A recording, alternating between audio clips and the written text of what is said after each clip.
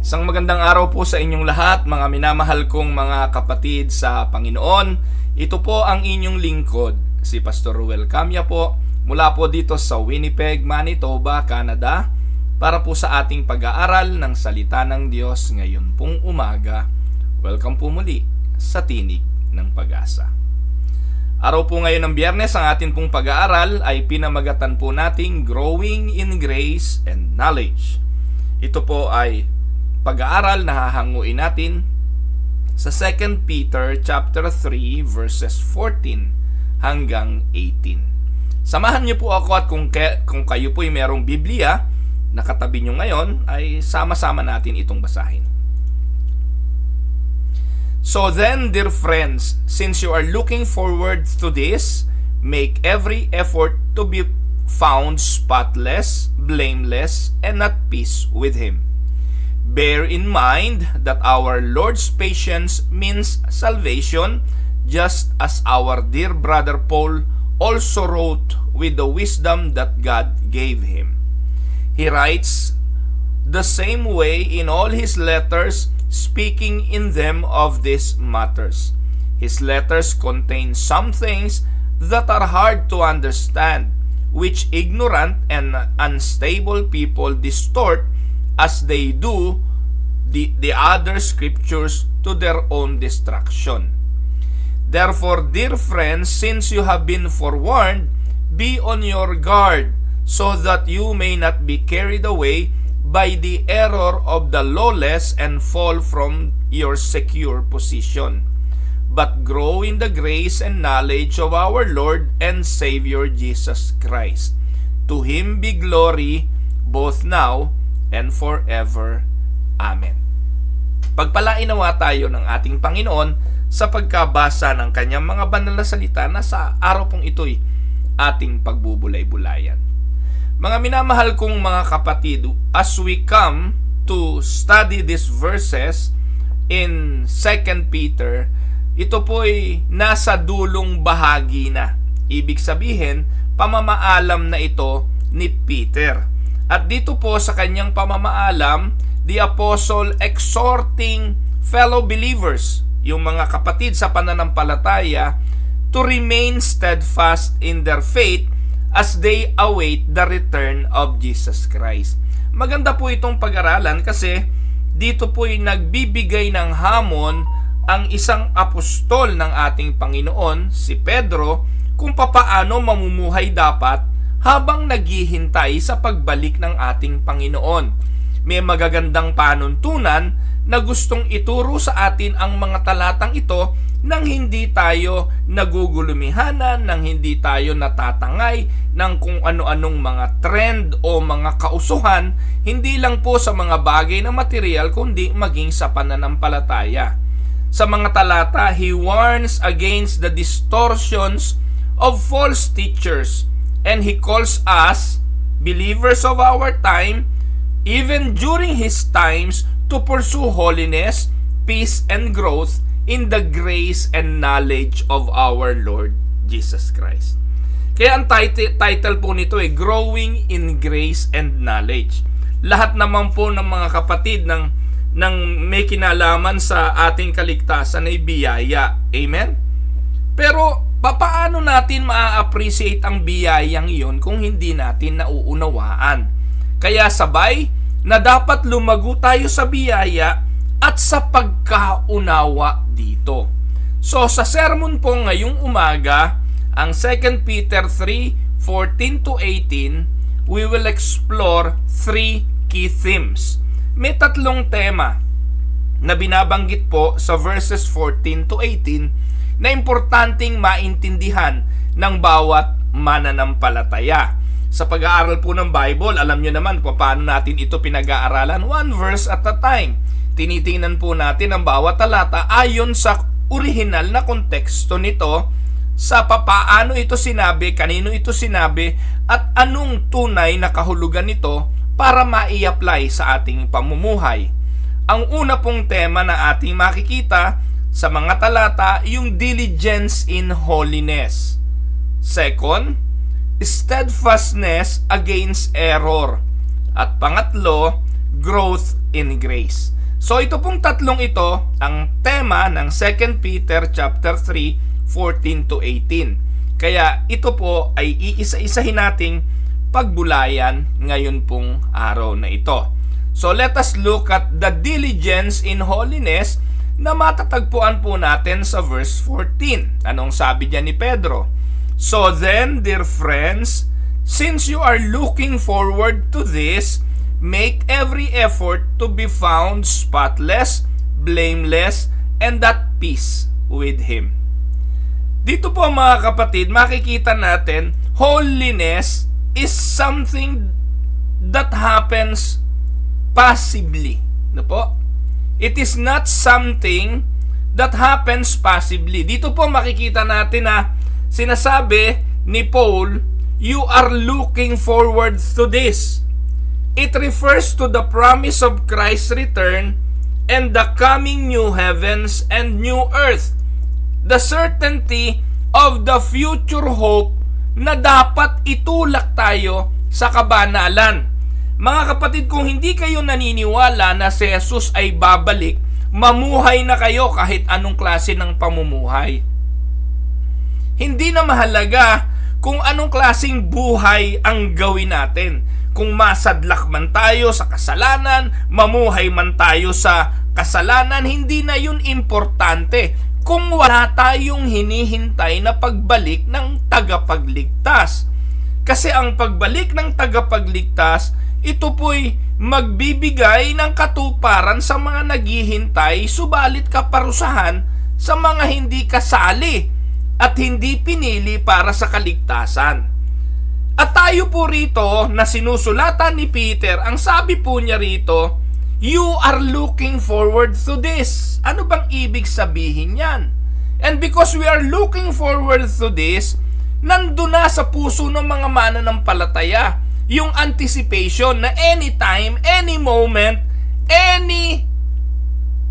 anytime, no po, yun po yung term ko, ay darating ang Panginoon. At pwede tayong datnan ng Panginoon anytime. Kaya dito, ang paalala ni Pablo o ni Peter, make every effort to be found spotless. Napaka-tindi ng hamon mga kapatid, ano po? Para pong sa kataga ni Pedro, dapat datnan tayo ng Panginoon na perfect blameless. Kaya ating uunawain po yung pagkagamit ng mga talatang ito. At ating mauunawaan ito kung ating lubusang iintindihin ang kahulugan. Ano po? So, ang sabi po, a call to be diligent. This is the first call. Maging masipag. Diligent in holiness. Let us consider the word diligent. Sa Tagalog po yan maging masipag. Bakit? Kasi holiness is not something that happens passively. Ano ibig sabihin? Hindi naman nangyayari ang kabanalan ng nakaupo ka lang sa isang sulok. Tinatrabaho. Anumang bagay mga kapatid na gusto nating mangyari sa ating buhay, lalo na po may kinalaman sa pananampalataya at sa pag-unlad dito, tinatrabaho yan. Kaya when it comes to sanctification, take note, ano po? Pagdating sa pagliligtas ng Diyos, mula po sa election, mula sa effectual call, hanggang sa regeneration, hanggang doon sa justification, hanggang sa tayo'y mag-repent, at hanggang tayo'y mapawalang sala ng Panginoon, wala tayong kinalaman doon. Even the faith to see Jesus as Lord and Savior, bigay yun sa atin. Pero pagkatapos na tayo'y iligtas, at tayo'y mapawalang sala, ang tawag doon sa pamumuhay na yon ay sanctification. Pagpapaging banal. Iyon po yung trabaho ng bawat mananampalataya. Hindi po natin gagawin ang pagpapaging banal para sa kaligtasan kung hindi epekto na ito ng kaligtasang ipinagkaloob sa atin. At tayo habang nandito hinihintay si Jesus bilang Panginoon natin at hukom, mamumuhay tayo sa kabanalang yon. And holiness is not something that happens passively. Ang sabi ni Peter, Be diligent, meaning to strive for godliness. At huwag niyong kakalimutan sa pag-aaral po natin dito sa Tinig ng Pag-asa, binibigyan natin ng reiteration na ang salvation ay monergistic, pero yung sanctification ay synergistic. Sa ating sanctification, katuwang natin ang Santong Espiritu, ang Diyos na makapangyarihan sa ating kabanalan. Nasa atin na ang Santong Espiritu, nananahan sa atin ang Santong Espiritu, ginawa tayong templo, at tutulungan tayo ng Santong Espiritu sa ating pamumuhay na may kabanalan. Napakalamang na nga po nating mananampalataya dahil tayo'y iginigiya ng Santong Espiritu sa kabanalan. Pag lumalakad tayo at natatapilok, nagkakamali, nagkakasala, yung conviction ng Santong Espiritu ang nagtutuwid sa atin sa landas na nais ng Diyos na ating lakaran. Binigyan niya tayo ng bagong puso, ginawa niya tayong bagong nilalang, at tayo'y lalakad dito. Pero ang sabi ni Apostol Pedro, be diligent, strive for godliness. Ano po?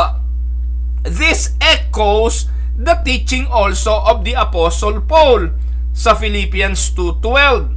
Ano ang sabi ni Pablo? He urges believers to work out your own salvation with fear and trembling. While we are saved by grace alone, through faith alone, through true faith will bear fruit in the life of the believers. And it will bear fruit in increasing holiness. Di po ba? Ano po ba bunga ng Espiritu Santo? Sa Galatia 5:22, binanggit doon yung mga bunga. Kagalakan, kapayapaan, pagpapahinuhod, pag-ibig. Those are fruit, not fruits. Isa lang bigkis yun. Bunga ng Espiritu Santo na mamumuhay tayo ng mayroong ganong klase ng bunga. At dito po mga kapatid, nagkasundo si Pedro at si Apostol Pablo. Alam nyo naman na dumating yung pagkakataon sa aklat ng Galacia, naging magkaaway yan Talaga hong sinaway ni Apostol Pablo itong si Pedro sa kanyang pagiging balingbing, na kung saan kinakampihan kasi ni Pedro yung mga nanggaling sa Jerusalem na pinipilit ang mga mananampalataya sa Antioquia na magpatuli. Gayong sinasabi ni Apostol Pablo, hindi kailangang tuliin ang mga Hentil dahil ang importante ay circumcision of the heart, not the circumcision of the flesh. So, yun po sa ibang pag-aaral natalakay ko na, I hope na intindihan ninyo, kasi maraming mga Hudyo na ang mga Hentil pinipilit nilang tuliin, i-circumcise in the flesh para makumpleto daw yung kanilang kaligtasan. Pero ipinagtanggol ito ni Pablo, at ang sabi ni Pablo, tayo ay nangaligtas dahil sa ating pananampalataya at hindi sa mabubuting gawa. Pero hindi po nangangahulugan yon na sinasabi ni Pablo na huwag ka nang mamuhay sa kabanalan. In fact, Philippians chapter 2 verse 12, sinabi niyang malinaw, work out your salvation with fear and trembling. Dito po, hindi nangangahulugang ikaw ang magtatrabaho para ka maligtas, kundi ipinakikita rito, i-work out mo yung meron ka. Ibig sabihin, may salvation ka na, i-work out mo. Katulad ng muscle, meron ka na, i-work out mo para lalong tumibay ang muscle at lalong lumakas. Ito po ang ibig sabihin yan. You cannot work out something that you don't have. You have salvation. That's the reason why the Apostle Paul urging us to work it out. So, yun po ang kahulugan yan. At sa Ephesians 2:10, ano po ang sabi? For we are God's handiwork. Tayo'y gawa ng Diyos, handiwork ng Diyos. Created in Christ Jesus for what purpose? To do good work, which God prepared in advance for us to do. Tayo po'y ginawa ng Diyos, itinalaga para sa paggawa ng mabuti. So, ang illustration po nito, let me illustrate this. Ang Panginoong Jesucristo ay babalik. Amen? Siya ay bridegroom. Yung parable ng 10 virgins, ang magandang illustration nito. Kung ikaw ay bride, ano po ba ang ginagawa ng bride? Naka-attend na po ba kayo ng kasalan, mga kapatid? Imagine a bride preparing for her wedding day. Anong preparasyon ang gagawin ng bride? The bride will ensure that her dress is spotless, that she is adorned beautifully, and that everything is in place for the moment she meets her bridegroom. Gagawin ng isang bride ang lahat ng pwede niyang gawin upang maging maganda sa paningin ng kanyang magiging asawa. Ito po, mga kapatid, ang paglalarawan. In the same way as the church, the bride of Christ, we as the bride of Christ, we are called to prepare ourselves diligently for His return. Kaya this will not happen passively. Kailangan nating trabahuhin maging kaaya-aya sa pagbalik ng ating kasintahang lalaki. Ihanda natin ang kanyang iglesia sa kanyang pagbalik at masumpungan ang kanyang kasintahang babae na banal, blameless in His sight. Amen, mga kapatid. So ito yung unang punto na nais kong bigyan natin ng diin. Ang sabi ni Peter, be diligent in your holiness. It is a call to be diligent. Hindi po pwedeng pakuya-kuya-kuy na lang tayo. Hindi po pwedeng hindi magbabago. Hindi po pwedeng walang ibubungang kabanalan ang nagsasabing sila'y na kay Kristo. Ano pa ho ibig sabihin noong diligence in holiness? Meaning being found without spot or blemish. At the call to diligent is number 1, the letter A, and letter B, we should be found without spot or blemish. Ihahanda natin ang ating mga buhay sa pagbalik ng Panginoon sa kalalagayang yan. So the language Peter uses here is reminiscent of the sacrificial system in the Old Testament. Ang mga Israelita sa kanilang paghahandog sa lumang tipan, hindi sila naghahandog ng basta-basta na lang. Hindi pwedeng ihandog sa altar ang putol ang paa. Hindi pwedeng may sakit. Hindi pwedeng yung matanda na at may ugod-ugod na. Ang mga inihahandog sa Diyos bilang sacrificial lamb ay ano? It should be without defect. Exodus chapter 12 verse 5, the animals you choose must be year-old males without defect. Bakit lalaki? Kasi po yung lalaki higit na mas malaki kesa sa mga babae. Higit na malakas kesa sa mga babae. Yun lang po'y pananaw ko. Kasi po ang lalaki ang ginagamit sa most of the job during that time. Pananaw ko yon. Pero ito po, mga kapatid, ang requirements ng law. Pag maghahandog ka ng hayop, kailangan walang depekto. And you may take them from the sheep or the goats. Pwedeng kambing, pwedeng tupa. Kasi ito yung meron at available sa kanila nung mga panahong yon. Now, ito po, mga kapatid, take note, hindi natin kayang maging ganap. Ano pong ibig sabihin? Hindi naman natin kaya yan sa ating mga sarili. Na tayo ay maging blameless at maging spotless. Hindi ho naman tayo without defect. Sabi nga ng Bible wala namang matuwid, wala kahit isa. O di ibig sabihin lahat tayo lumpo, lahat tayo defective. lahat tayo ay hindi spotless. So, ibig sabihin po niyan, isa lang ang pwedeng makagawa niyan. Through Christ, perfect righteousness was made. Si Jesucristo nga po yan ang siyang naging katuparan ng mga animal sacrifices na yan. Kasi siya lang naman yung nasumpungan na wala talagang kasalanan.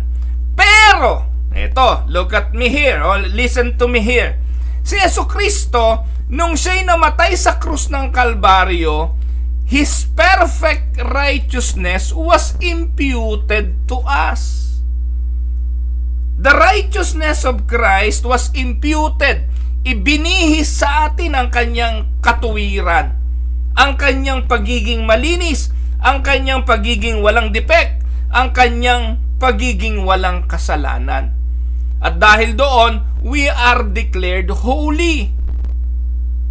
Pero in spite of being holy, we are called to progress. Kaya yung sanctification, progressive. No? Binabago niya tayo araw-araw. May kantang ganun hindi po ba? Binabago niya tayo araw-araw. May progression dapat. At ang progression na ito sa kabanalan is by the power of the Holy Spirit also. Amen po ba mga kapatid? So, as we pursue holiness, we should strive to be at peace. Both peace with God through Christ, Romans 5:1, and peace with one another. Yan po ang hamon. Makikita nga po natin Hebrews chapter 12 verse 14. Make every effort to live in peace with everyone and be holy. Without holiness, no one will see the Lord. Amen? So, iyan po mga kapatid, ang unang punto na nais kong pag-usapan, ang unang theme ng 2 Peter 3:14 to 18. Diligence in holiness, a call to diligent, and we should be found without spot or blemish sa pamamagitan ng ginawa ng Panginoong Hesus sa krus ng Kalbaryo. Pangalawang tema ay yung matatagpuan sa verses 15 to 17. Ito po yung steadfastness against error. Steadfast means magpakatatag. Habang namumuhay sa kabanalan in a progressive sanctification life, importanteng maging matatag. Bakit?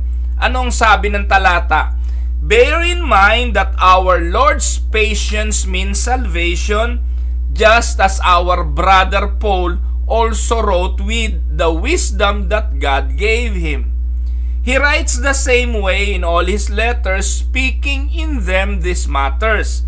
His letters contain some things that are hard to understand, which ignorant and unstable people distort, as they do the other scriptures to their own destruction. Therefore, dear friends, since you have been forewarned, be on your guard so that you may not be carried away by the error of the lawless and fall from your secure position. Ano pong ibig sabihin ng mga bagay na ito? Dito po ating makikita mga kapatid, Peter warned against false teachers who distort the scriptures, leading some astray. He urges the believers to remain firm in the truth. So ano pong dapat nating makita? Una, ma-recognize natin yung pagpapasensya ng Diyos. Let us recognize God's patience. Verse 15. Bear in mind that our Lord's patience means salvation, just as our dear brother Paul also wrote with you the wisdom that gave him. Peter reminds us that the patience of our Lord is salvation. Ano pong ibig sabihin yan?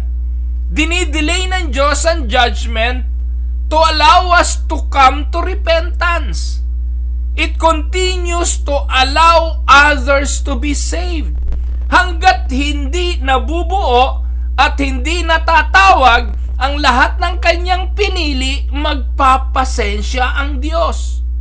However, many misunderstand God's patience as God's inaction and passivity, and leading them to distort the truth. Kaya may mga nagtuturo ng walang resurrection, walang pagkabuhay sa mga patay, hindi na babalik si Kristo, at kung ano-ano pang distortion ng gospel. So ano pong ibig sabihin nitong 2 Peter 3:15? To illustrate, let us consider a loving father who patiently waits for his rebellious child to return. The story of the prodigal son. It is a clear example, though the original context of the prodigal son ay paalala doon sa panganay na anak, na kung saan yung panganay na anak habang nandun sa piling ng tatay, oo, hindi siya nagrebelde, oo, hindi siya naglayas, hindi niya kinuha yung mana, pero sa puso naman pala niya, malayo rin siya sa tatay. Punong-puno pala siya ng galit, punong-puno pala siya ng sama ng loob, punong-puno siya ng inggit, na nandun lang siya sa piling ng tatay physically, pero in reality, malayo ang puso niya sa Diyos. Ito po'y pagbibigay ng aral ng Panginoon sa mga Pariseyo at mga eskriba, na kung saan mukhang banal na banal, laging nasa templo, laging Panginoon ng Panginoon, pero sa 7:22-23 ng Matthew, ang sabi ng Panginoon, di ko kayo nakikilala.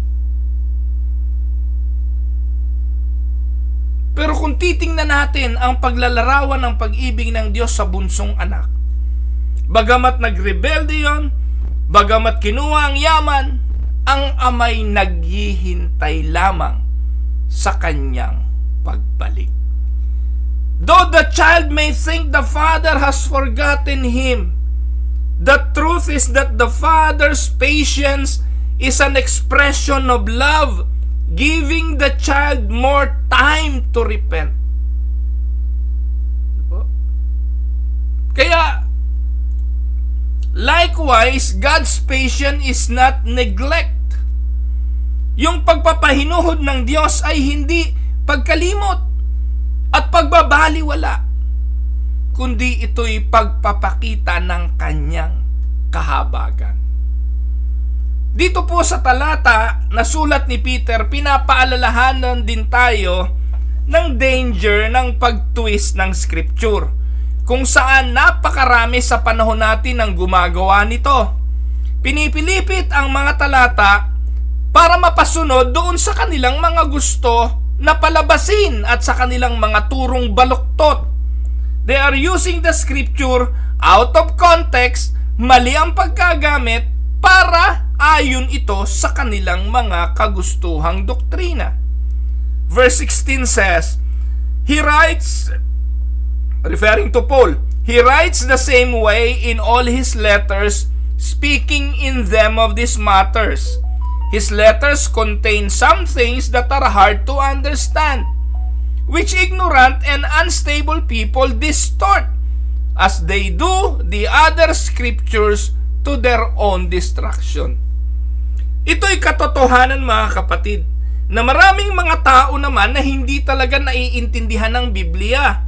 At dahil mahirap itong intindihin, pipilipitin nilang ipasunod ang sinasabi ng Biblia at i-interpret ito ayon sa kanilang gusto. Ito ang sinasabi rito ni Pedro, inaayunan niya si Apostol Pablo. So here, Peter refers to Paul's writing, acknowledging that they contain deep theological truth. At ito po ang totoo, kaya yung mga pastor, wag po namang puro kababawan na lang ang ituturo ninyo. Bakit hindi ninyo isa-isahin ang mga writings ni Apostle Paul nang maintindihan ninyo ang turo ng Biblia tungkol sa kaligtasan? Nakakalungkot, napakaraming miyembro ng simbahan, diyan na ipinanganak, diyan na nagbinata, nagdalaga, nag-asawa, malapit nang mamatay, tanungin mo ang kaligtasan, walang alam. Dahil ito sa katampalasanan, dahil sa katamaran ng mga pastor na ipaunawa kung anong tinuturo ng Biblia. At tandaan po ninyo, sinabi nga ni Peter, hindi ito madaling unawain eh. Kaya kailangan ng malalim na theological teaching. At mga kapatid, maraming nadadala, maraming natatangay sa maling aral because of these false teachers. False teachers twist scripture to fit their own agenda, and many follow them to distraction. Pastor, hindi ka nagpastor para buhayin ka lang at pakainin ang iyong pamilya. Tinawag ka ng Panginoon na magpastor para maging gabay sa pag-aaral ng katotohanan at pagpapalago sa karunungan ng iyong mga miyembro. Patuloy kayong mag-aral. Patuloy niyong saliksikin ang sinasabi ng Biblia. At ituro niyo ito. Responsibilidad nyo ito. There are so many who will twist the scripture. Kaya dapat yung ating mga miyembro, binabantayan natin sa kanilang mga pinapanood, sa kanilang mga binabasa, sa kanilang pinakikinggan. Sapagkat napakarami ngayon sa social media, maging ako, bantayan nyo. Baka mga miyembro nyo nanonood sa akin. At dahil sa nanonood sa akin, baka ako'y mali, sawayin nyo yung miyembro nyo. Huwag yung magpapalibot-liham kayo nang hindi naman ninyo nalalaman kung anong tinuturo ko. Mga kapatid, merong malaking danger ang pagtutwist ng scripture. At napakarami na pinaniniwalaan ninyong mga pastor nyo dahil ini-assign sa inyo ang akala ninyo bigay ng Diyos, pero pinadala para dalihin kayo sa kapahamakan. 2 Peter 2:1 and 2. Ano sabi ni Peter dyan? Katulad ni Pablo, there were also false prophets among the people, just as there will be false teachers among you. They will secretly introduce destructive heresies, even denying the sovereign Lord who bought them, bringing swift destruction on themselves. Many will follow their depraved conduct and will bring the way of truth into disrepute. Alam niyo po, ang pangunahin na ituturo ng mga bulaang pastor na ito, ang Diyos ay hindi sovereign.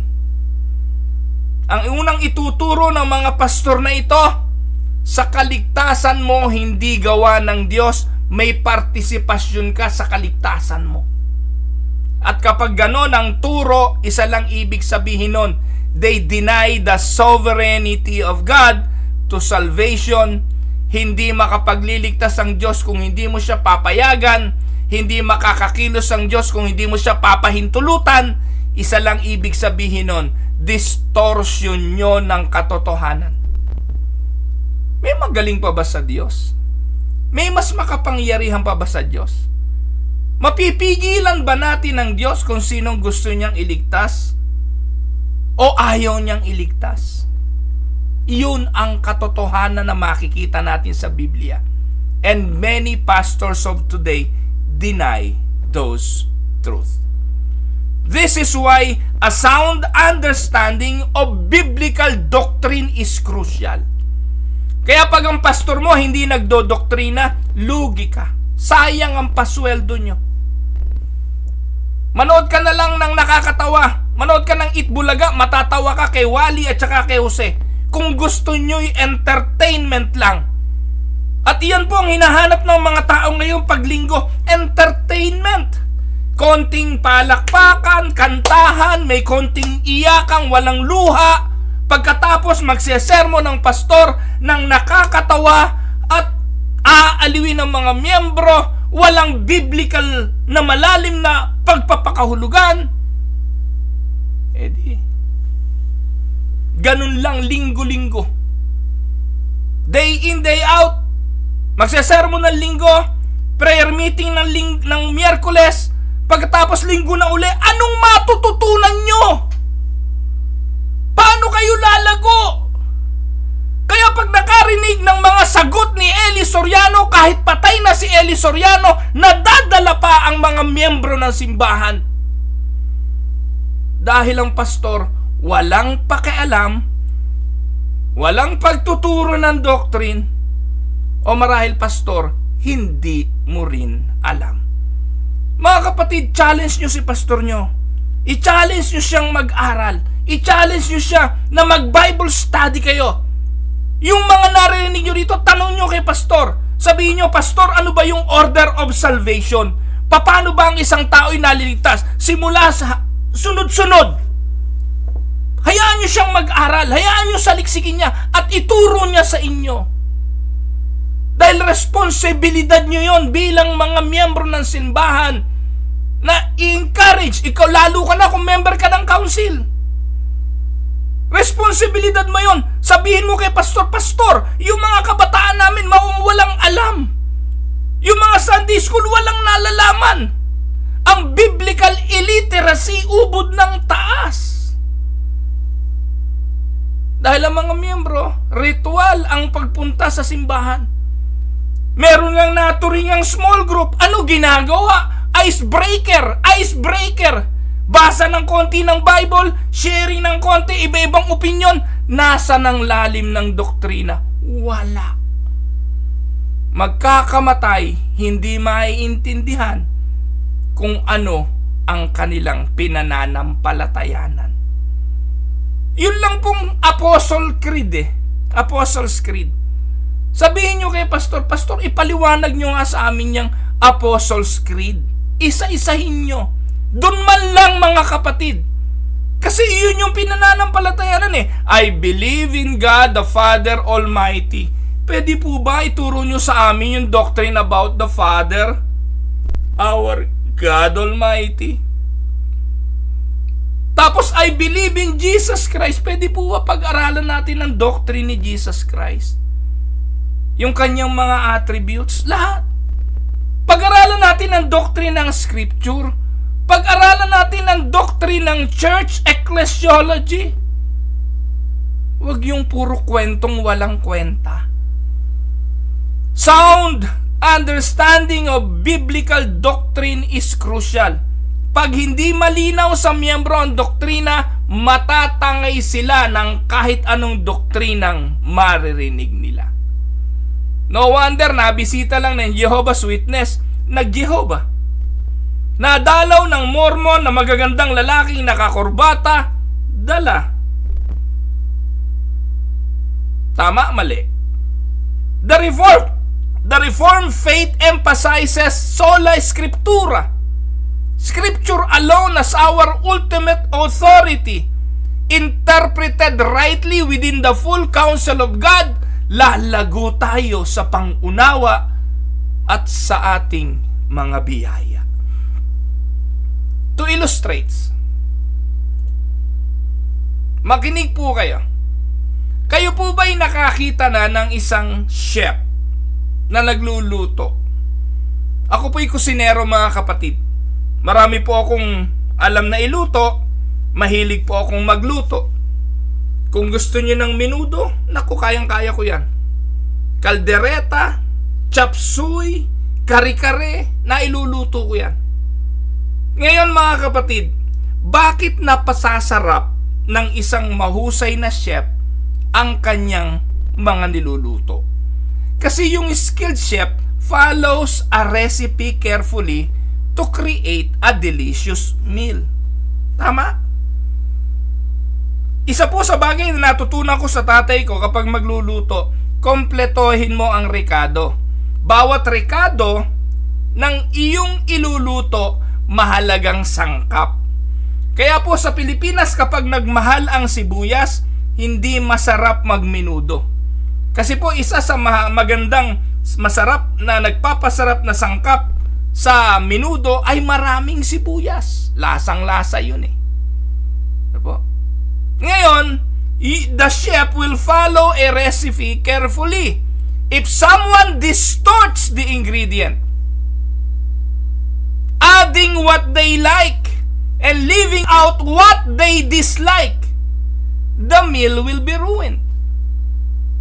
Like for instance, kung ako ay hindi kumakain ng atay, hindi ko lalagyan ng atay ang menudo. Pero sasabihin ko sa inyo mga kapatid, hindi menudo ang tawag doon kung walang atay. Kasi, iyon po yung bahagi ng recipe ng menudo. Tama po ba? Nakapagpapadagdag yun ng lasa. Kaya po ang menudo, nilalagyan pa ng rino para mas lumasa yung liver doon sa menudo. Nakuha niyo po? Well, anyway, binabanggit ko lang ito. Wag natin. Baka naman ang matutunan ninyo ang magluto ng menudo eh. So, ang punto ko lang dito, kung merong isang chef na magluluto o magbe-bake ng isang bagay at yung recipe binalahura, yung recipe binago ng kung sino man, hindi lalabas ang masarap na meal sa pagkakaluluto nito. In the same way, my dear brothers and sisters, ikaw na pastor, makinig ka sa akin. Any distortion of the scripture will leads to spiritual destruction. Kaya napakahalaga sa pastor ang nag-aaral. Hindi po pwedeng pipikit ka at sasabihin mo sa Holy Spirit, Holy Spirit, anong kahulugan nito? Darating yung panahon, Sabado na ng madaling araw o Linggo na ng madaling araw, hindi pa tapos ang sermon mo dahil hindi pa nagsasalita ang Holy Spirit sa'yo. Dahil sa iyong katamaran na iniutusan kang be diligent sa pag-aaral, hindi mo naman ginagawa. Meron pong nagtatanong yan sa akin eh. Pastor Well, bakit araw-araw ang bilis mong gumawa ng mensahe? Mga kapatid, walang pagyayabang. 40 years na po akong pastor. Mula po nung ako'y tumugon sa Panginoon sa edad na 18, marami pa ho akong hindi alam nung mga panahon na yon. Nasa proseso ako ng pag-aaral nung mga panahon na yon. Naranasan ko po na madaling araw na ng Lunes, wala pa at hindi pa tapos ang sermon. At naiintindihan ko yung mga pastor na bago pa lang sa ministeryo kung gaano kahirap ang gumawa at mag-prepare ng mensahe. Kung bago, maiintindihan kita, pastor. Pero kung 20 taong ka ng pastor, yung iba'y 30 taon ng pastor, hirap ka pa rin gumawa ng mensahe, may problema ka na. Dahil naniniwala po tayo na as you grow in your knowledge of God, God will equip you. God will give you the ability to understand His words. Huwag niyo na po akong tanungin kung ilang ulit ko nang nabasa ang Bible mula Genesis hanggang Revelations.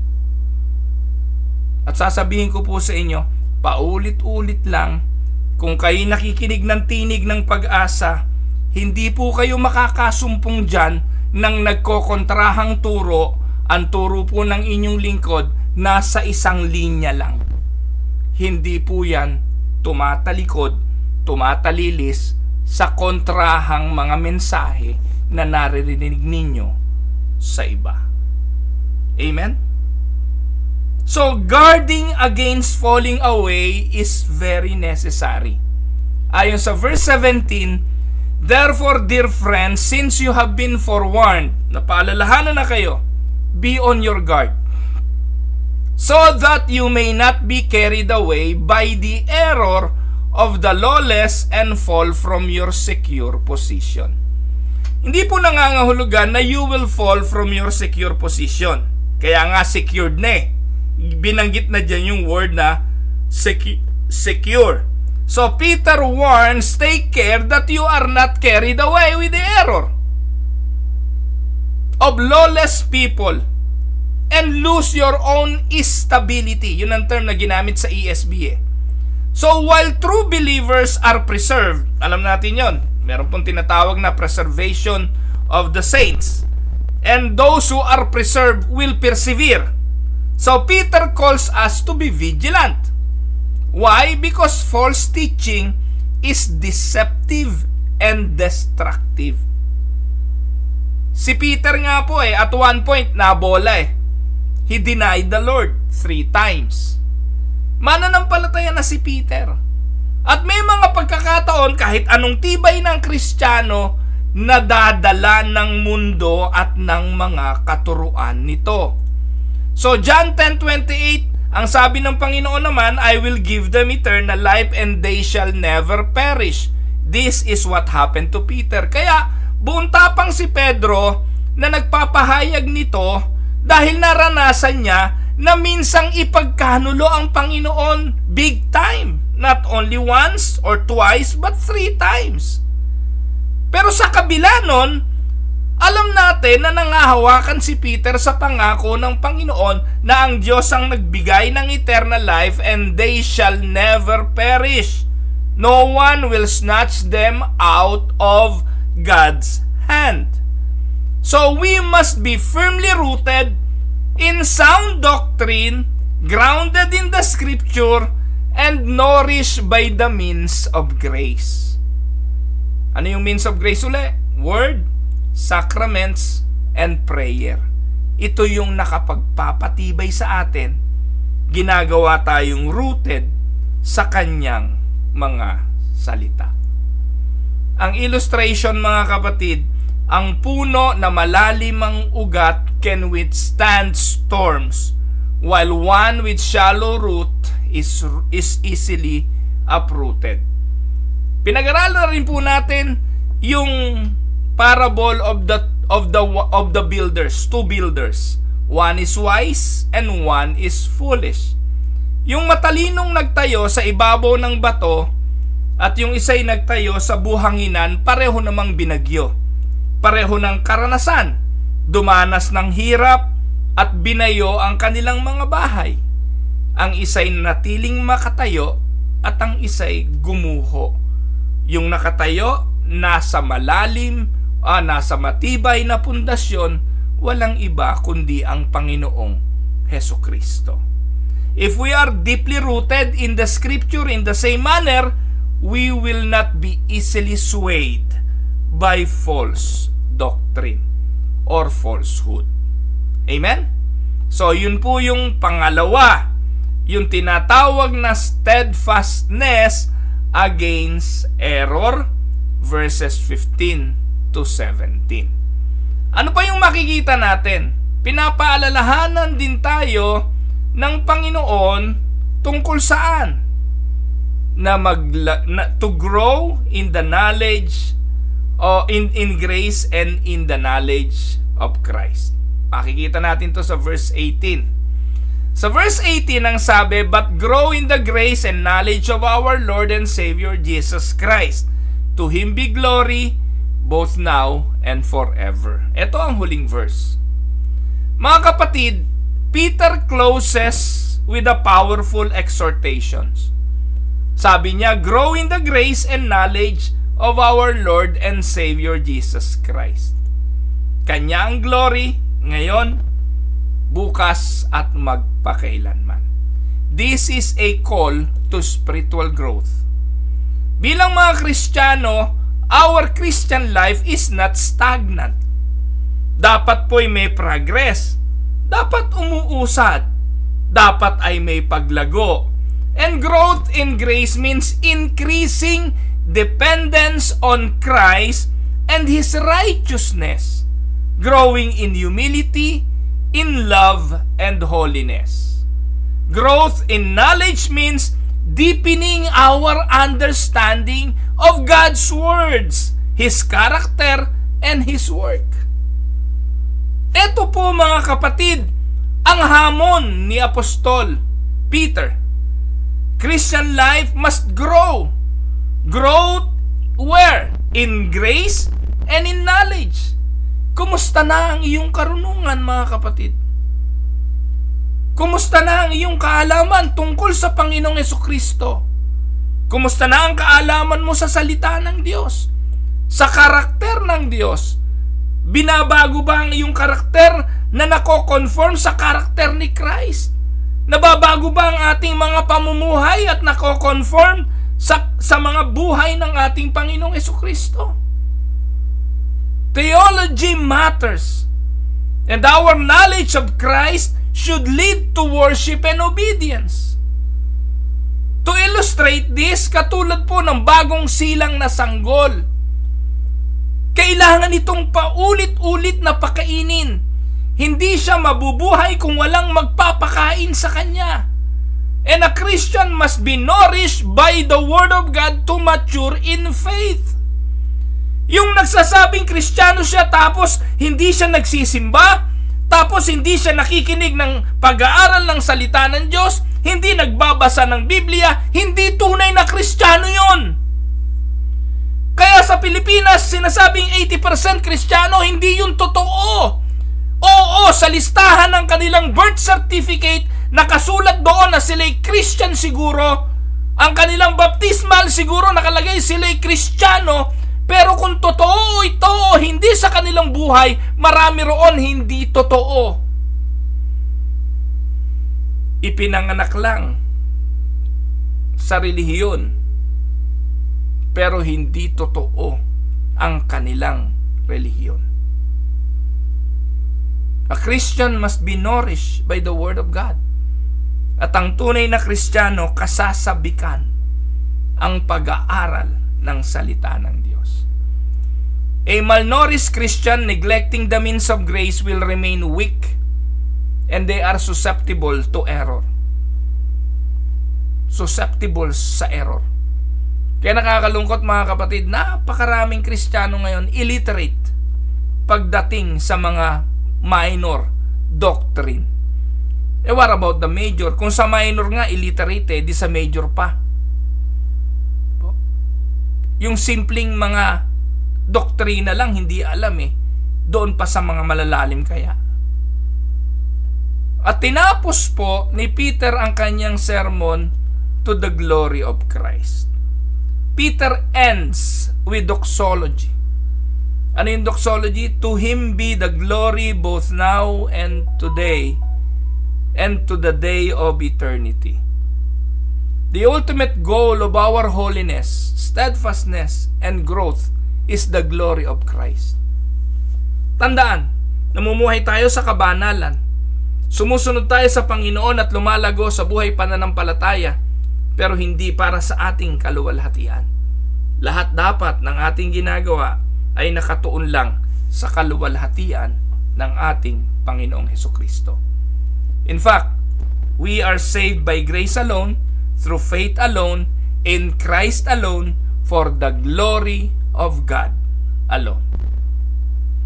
Final illustration. Imagine an artist painting a masterpiece. So, ano po ang lilitaw sa masterpiece? Huwag ninyong kalimutan.